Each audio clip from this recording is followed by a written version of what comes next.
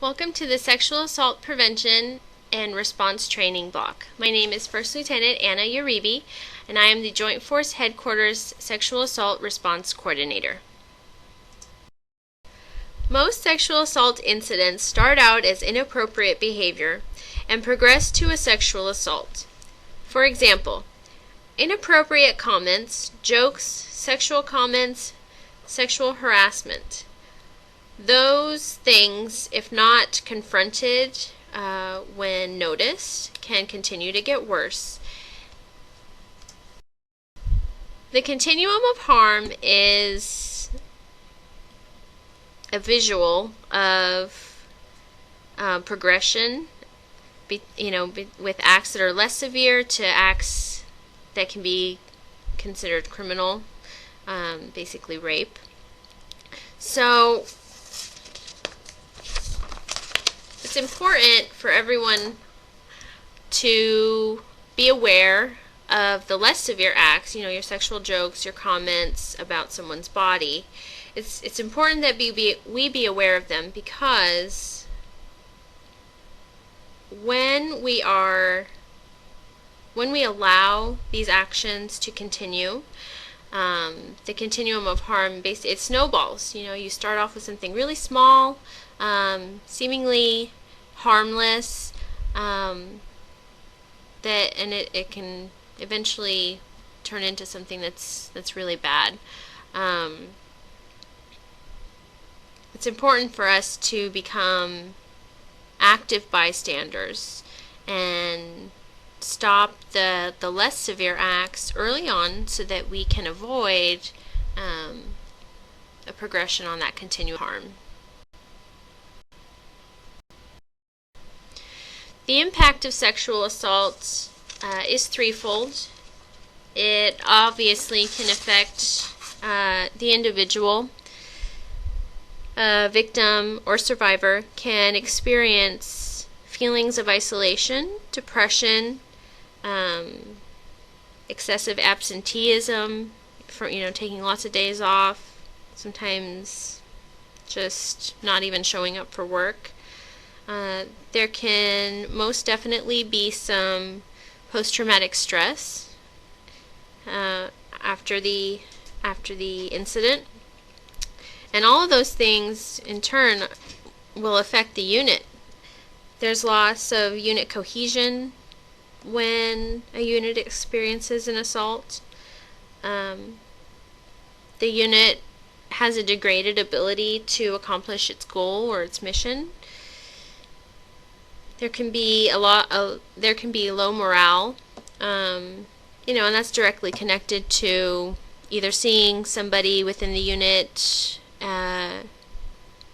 experience, the depression, or just seeing somebody, a battle buddy or an airman, have a hard time. That can make things in the unit really difficult, but not being able to accomplish the mission.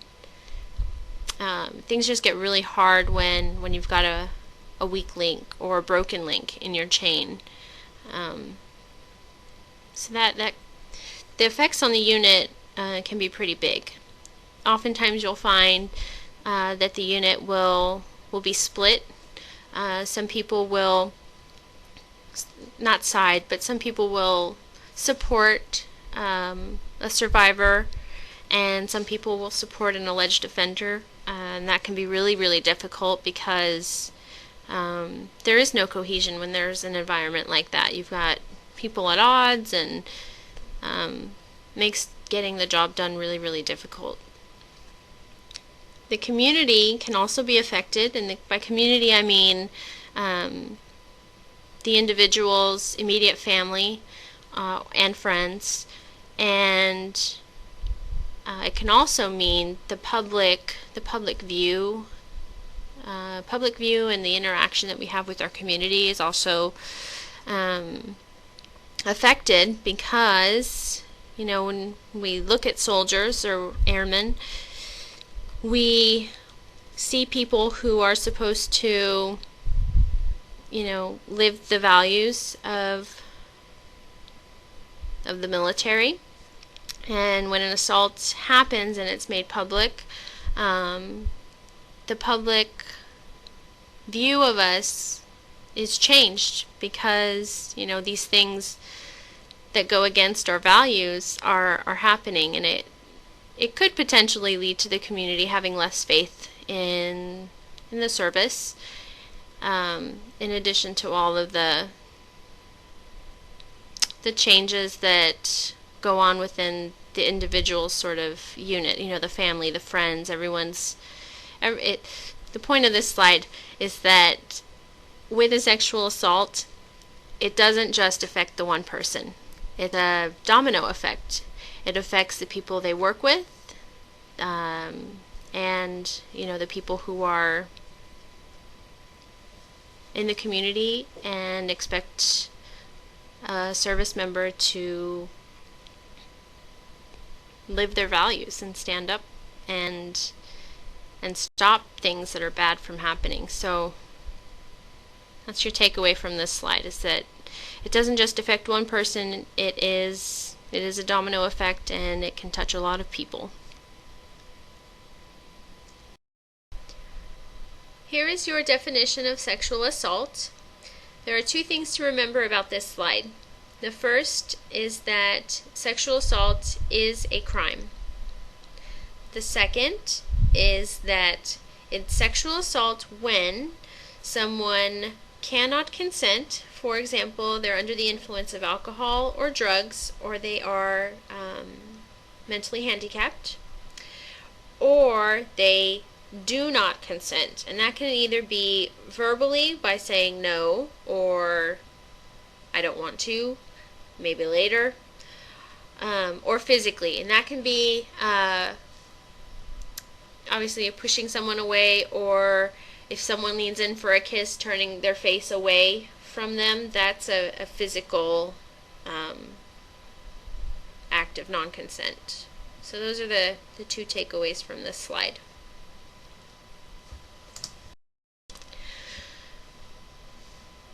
Bystander intervention is something that the Sexual Assault Prevention and Response Office is really focusing on. Your role is critical. So, if you go back to the continuum of harm, it's really important that we, as an organization and, even individually, take action when we see things that are inappropriate. We want to create an environment that condemns actions that can be considered sexual harassment or assault. And like that third bullet says, we want to take ownership for, eliminating that predator within our ranks, or within our working environment.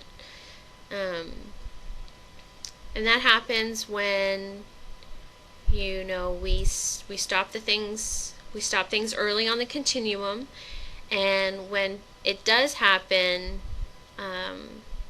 people feel comfortable enough to report. So why don't people intervene? Fear is one reason. Fear of reprisal, fear that they're not going to be taken seriously, fear that they're going to be judged if they try and stop somebody from doing something that they feel is inappropriate. It could be that they're just not sure, you're just not sure of where what you're seeing or what you're hearing lies on that continuum of harm. Peer pressure. No one wants to be the odd man out when the office is telling jokes or doing things that they feel are inappropriate. So that's definitely a big one. Impact of hierarchy or chain of command. So it could be that your boss or your commander is the one that is doing things that you feel might lie somewhere on that continuum of harm, and you just don't want to be the one to go against the chain of command or up against your boss. It could be that you or someone else doesn't like conflict. I can relate to this one. I'm definitely one of those people. It's definitely a reason why people don't intervene. Perception of social norms and standards of behavior. This one's pretty big as well. In a society where Carl's Jr. commercials can be sexually charged, it's kind of hard to figure out where things lie on that continuum when that's something that's normal. And finally, we have the bystander effect. So this is the idea that, if you're in a group of people and you're seeing something or hearing something that's somewhere on that continuum of harm, the bystander effect is the more people that are around, the less likely someone is going to do something about the inappropriate behavior that's being shown. So there are we talked about the reasons why people don't intervene, or some of the reasons people don't intervene. These are some of the reasons that people should intervene. The second one here talks about one's military values. We owe it to our branches, our respective branches, to live those values and support them in all ways. It is our responsibility to intervene because when we make things personal, if we all made things personal, then the likelihood of us creating environments where people stand up for those values becomes more likely. The third bullet is to prevent a criminal act, like we talked about with the sexual assault definition. It is a crime. So if you can do something early on in that continuum of harm, obviously it's something we should try to do. Protect your battle buddies or your wingmen. That's taught from the very beginning in our military careers. Ultimately, intervening is the right thing to do, and the more we do it, the easier it will get, and the less it will be taboo. It's like anything. The more you do it, the easier it gets. So, the intervention process. I'm going to put all of the processes out. So, the first thing in the intervention process is to notice an event along that continuum of harm, or the continuum of behaviors. The second would be to go, there's something wrong with what I'm hearing or seeing. I think that's wrong. And the third one is really where I personally think the shift in our organization is going to happen.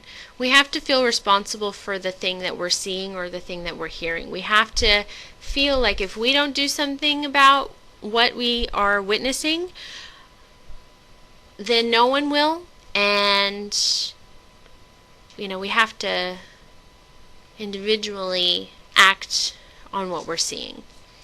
So choose how to intervene. The next slide is going to talk a little bit more about how one can do that, and then build the culture to eliminate it. Again, like I mentioned in the last slide, the more we do this, the more we step in and talk about the things that we see or hear that are inappropriate, the more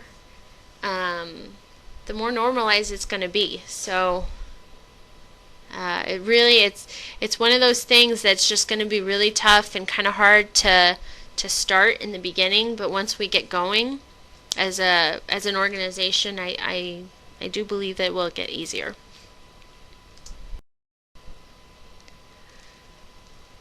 So some of the alert signs when we're talking about intervening are as follows. You can see on there. There's some of those sexually charged comments or gestures, treating people like things or objects, targeting someone who is vulnerable. That's a pretty big one. Most of the time, predators in an organization will pick those who are in a vulnerable state. Either they're going through something personally that makes them vulnerable, or maybe they're not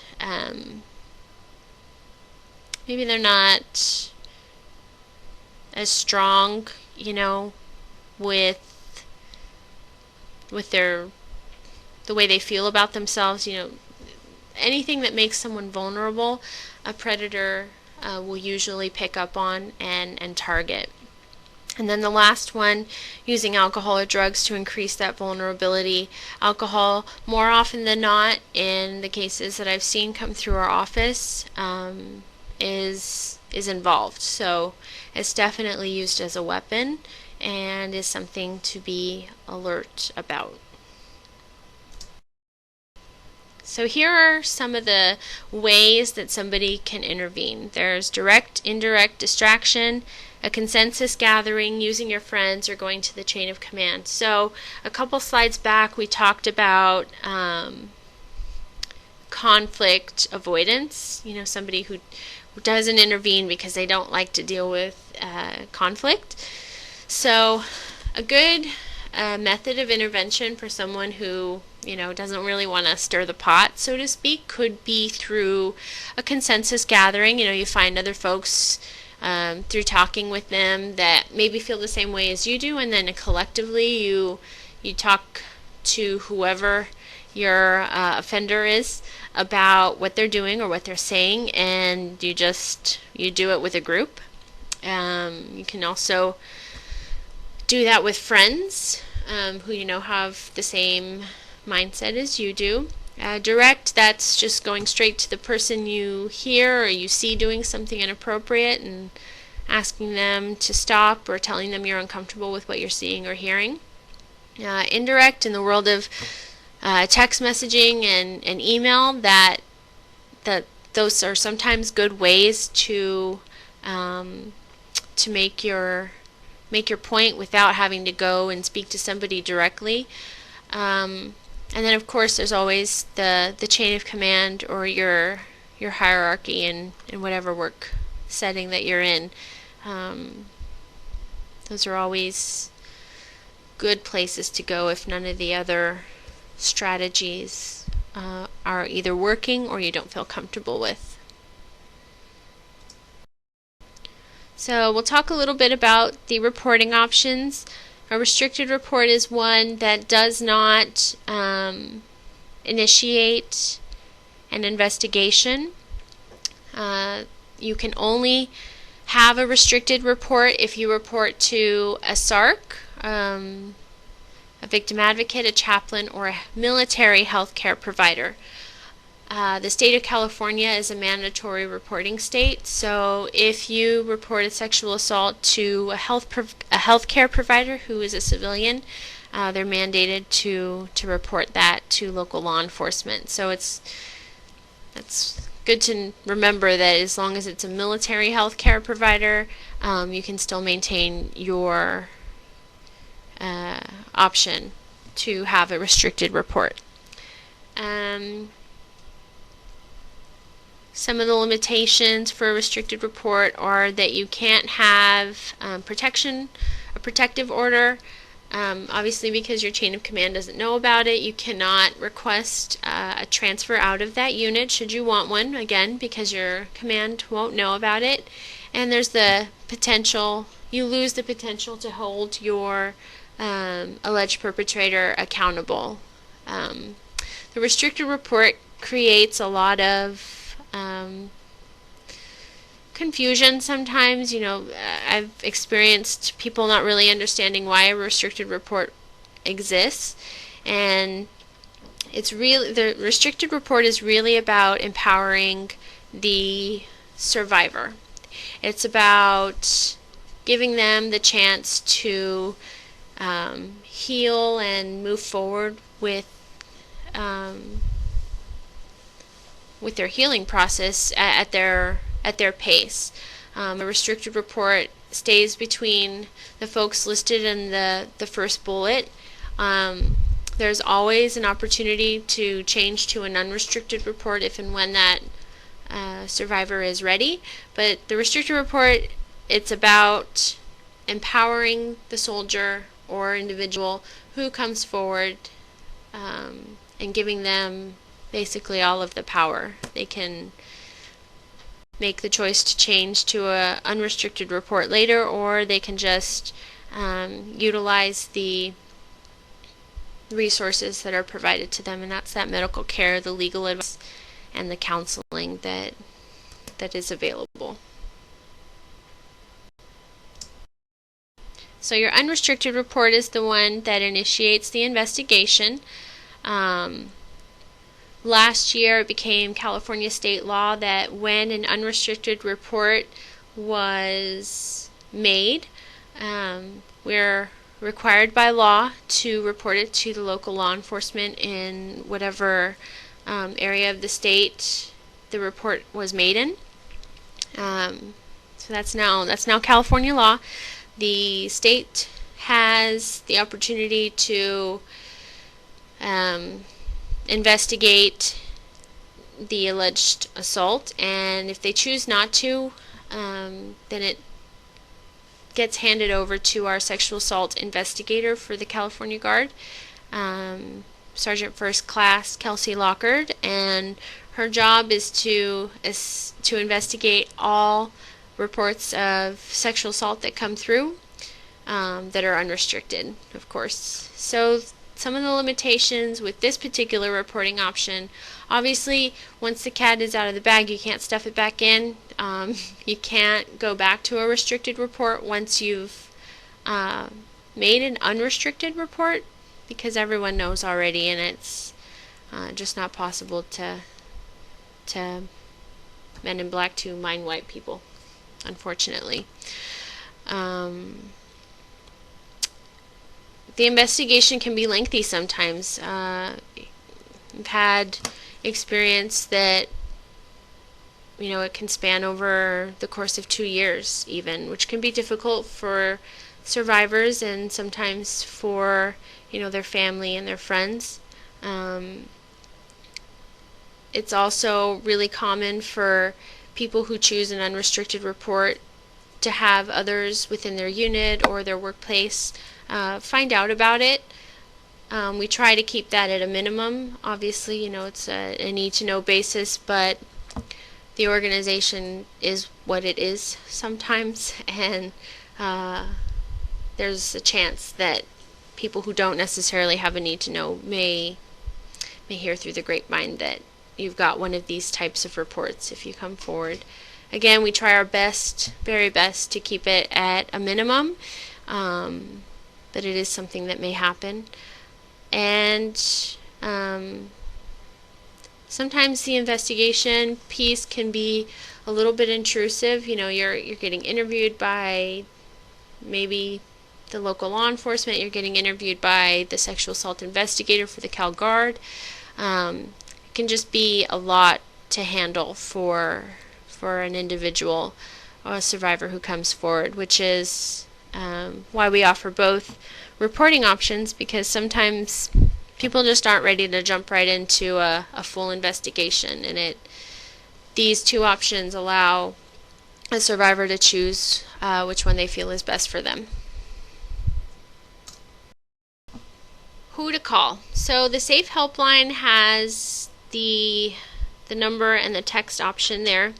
It's a 24/7 option for soldiers and airmen to call, and it will connect them to a sexual assault response coordinator wherever they're at within the United States. The JFHQ SARC number, the first number is my desk line. The second is my mobile number, which is also on me 24/7. You can call whenever, if ever you need it. Chain of command is also available to you. It's important to remember that you want to make sure that this is the type of report you want if you're notifying your chain of command, because they have, if your command finds out that you're making a report of sexual assault,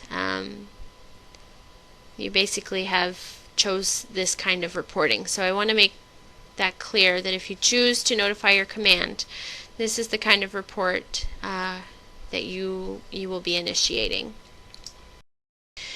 Victim Advocate allows you to utilize the restricted report should you choose. Those can be found at the unit level, sometimes at the unit level, but mostly at your battalion and brigade level. And if you don't know who those individuals are, you can always call the JFHQ SARC. You can call my desk line and I can give you that information, or you can ask your chain of command to find out who those individuals are for your particular unit, if you don't know who they are. Last, local law enforcement or your local crisis center. Again, with the local law enforcement, you're going to want to be careful. Again, California is a mandatory reporting state, so if local law enforcement finds out, there's no guarantee that they're going to notify your unit, but it's probably best to either utilize your victim advocate or the SAFE helpline or your JFHQ SARC, myself, if you've got a report that you're not sure which option you're going to choose. So local law enforcement is more than likely going to end up with an unrestricted report. Not always, but you just want to make sure that you're not eliminating a reporting choice by who you call. And your local crisis center, that's information obviously you can find out on the internet, but if you want more specific resources for an area, my office holds resource lists for majority of the counties in the state, and if you're in need of a point of contact for a crisis center in your area, you can always call my office and I'd be happy to share that information with you. So if you have any questions, you can call the number on the previous slide. I'm there to answer any questions you may have, and thanks for listening. Bye-bye.